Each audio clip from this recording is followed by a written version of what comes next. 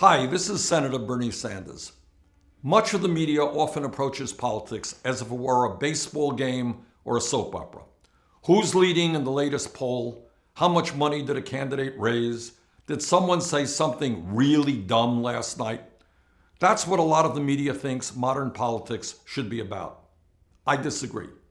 I'm old-fashioned, I guess, but I think what a campaign in a democratic society is about is the need to discuss and debate the most important issues facing our people and the world.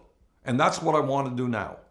And by the way, I would very much appreciate your help in getting this video widely distributed. Please share it with your friends, family, and coworkers. The more we raise public consciousness in this country, the better we do and the better our nation does. The issue that I'd like to touch upon today is Social Security. Perhaps the most important federal program in existence, a program of enormous consequence to the 59 million seniors, people with disabilities, and children who are beneficiaries.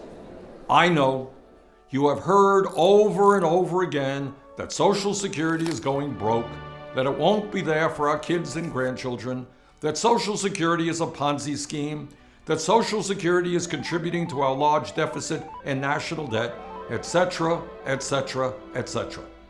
And you've also heard many Republicans tell us that we need to cut Social Security, raise the retirement age, or maybe even privatize the program. Well, I am happy to tell you that much of what you've heard is simply not true. Despite what many of my Republican colleagues are saying, let's be clear. Social Security is not going broke.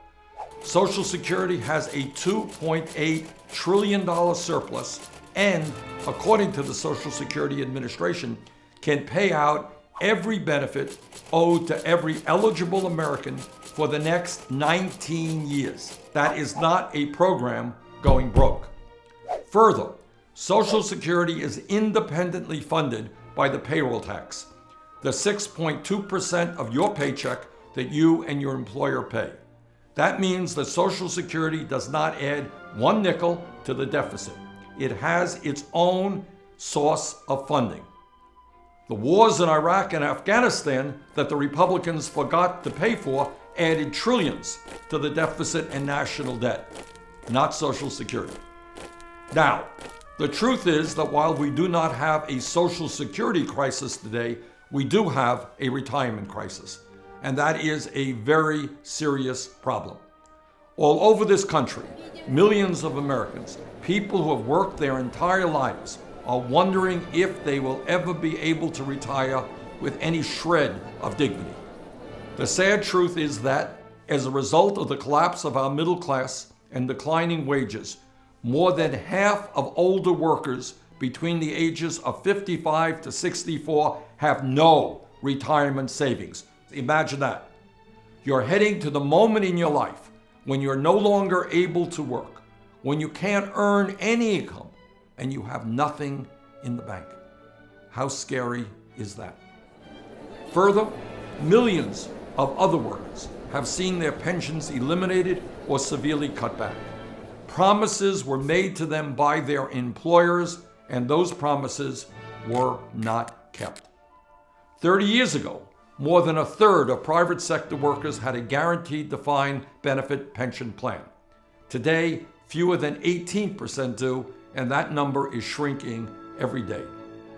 The result is that many of our parents and our grandparents are trying to survive on totally inadequate incomes. Millions of seniors today are trying to make ends meet, buy the medicine they need, buy the food they require, or heat their homes on incomes of $12,000 or $13,000 a year. Frankly, I don't know how they do it. And the truth is that many of them really don't do it. Many of them don't take the medicine that they should. Many of them live in homes that are too cold in the winter. Many of them don't get the nutrition they need in order to stay healthy. That is not how we should treat the seniors of this country, some of the most vulnerable people in the United States. At a time when the average Social Security benefit is just $1,328 a month, and over a third of senior citizens rely on Social Security for virtually all of their income. Our job must be to expand benefits, not cut them. Our job is to strengthen Social Security, not weaken it. Let's be clear. Social Security is the most successful government program in our nation's history. Before Social Security was signed into law, nearly half of senior citizens lived in poverty. Today, while much too high, the elderly poverty rate is about 10%. Let me also be clear in stating that one of the great strengths of Social Security is that through good economic times and bad, Social Security has paid every nickel owed to every eligible American on time and without delay. That is an extraordinary accomplishment and, in this unstable economy, something that we should not take for granted. When corporations eliminated defined benefit pension plans over the last 30 years, Social Security was right there paying full benefits. When millions of Americans lost their life savings after Wall Street's greed and recklessness crashed the economy in 2008, Social Security was right there paying full benefits. Although Social Security's finances will remain strong for the next 19 years, I believe Congress must strengthen and expand Social Security for generations to come. Well, how do we do that?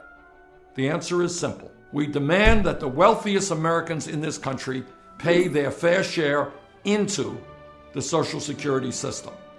Today, at a time when almost all new income and wealth is going to the top 1%, a billionaire pays the same amount of money into Social Security as someone who makes $118,500 a year. That's because the Social Security payroll tax is capped.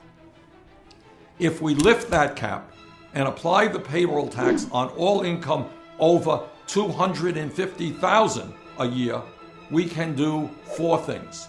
First, we can make sure that Social Security can pay out every benefit owed to every eligible American for the next 50 years. Not 19 years, 50 years. Second, we can expand benefits by an average of $65 a month. Third, we can lift seniors out of poverty by increasing the minimum benefits paid to low-income workers when they retire. Fourth, we can increase cost of living expenses to keep up with the rising cost of healthcare and prescription drugs. Expanding Social Security by making the wealthiest Americans pay more is not only the right thing to do from a moral perspective, it is good economics, and it is what a large majority of the American people want us to do. Our job together is to create an economy which works for all, not just the wealthy and the powerful. Our job is to protect the most vulnerable people in our society, including the elderly and the disabled. Our job is to extend and expand Social Security, not cut it or privatize it. Please work with me to make this happen. And please, get this video out to your friends and family. Thank you very much.